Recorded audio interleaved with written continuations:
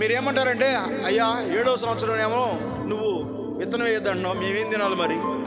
దేవుడు అంటున్నాడు 6 దినాలు పని చేయండి, 7వ దినాన పని చేయకండి. మనుషులు ఏమంటారు తెలుసా?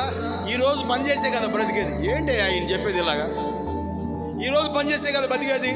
కానీ ఈయన ఏమంటాడు? పని చేయాల్సిన అవసరం లేదు, విత్తాల్సిన అవసరం లేదు, సంవత్సరం అంతా కూర్చొని తినమంటాడేంది, రెస్ట్ తీసుకోమంటాడేంది, ఏం మాటలే పిచ్చోళ్ళగా ఉన్నారు అని అంటూ ఉంటాడు. కానీ దేవుడు ఏమనంటే, లోక సిస్టమ్ కాదు నువ్వు చూడాల్సింది.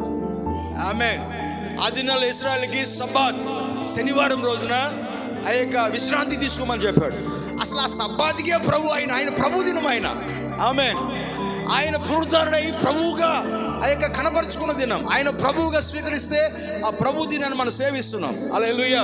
చాలా మంది మీరు చూడండి, పనే దేవుడు, పని పని పని పని పని పని. నేనేమంటానంటే, ఆ యొక్క దేవుని ప్రార్థన కాలంలో, స్తుతించే కాలంలో, సేవించే కాలంలో ఆమేన్ పని చేయకపోయినా బ్రతుకుతావు. ఎందుకంటే నీ ఆధారం పని కాదు. ఆమేన్. నీ ఆధారం దేవుడే. ఎందుకంటే నువ్వు చెప్పాలది, నువ్వు నమ్మాలది. హల్లెలూయా.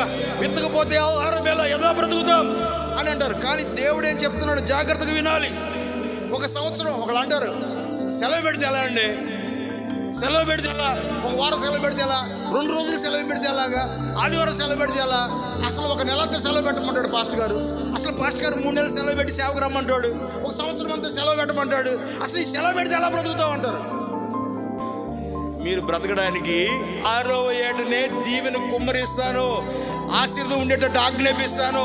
అప్పుడు నువ్వు 6వ సంవత్సరం తింటావు, 7వ సంవత్సరం తింటావు, 8వ సంవత్సరం తింటావు. 3 సంవత్సరాలు కూర్చొని తినేటట్లుగా ఏం చేస్తాడు? ఆమేన్. 7వ సంవత్సరం పని చేయొద్దంటావేంది? ఎలా బ్రతకాలని లోకం చెప్తుంది.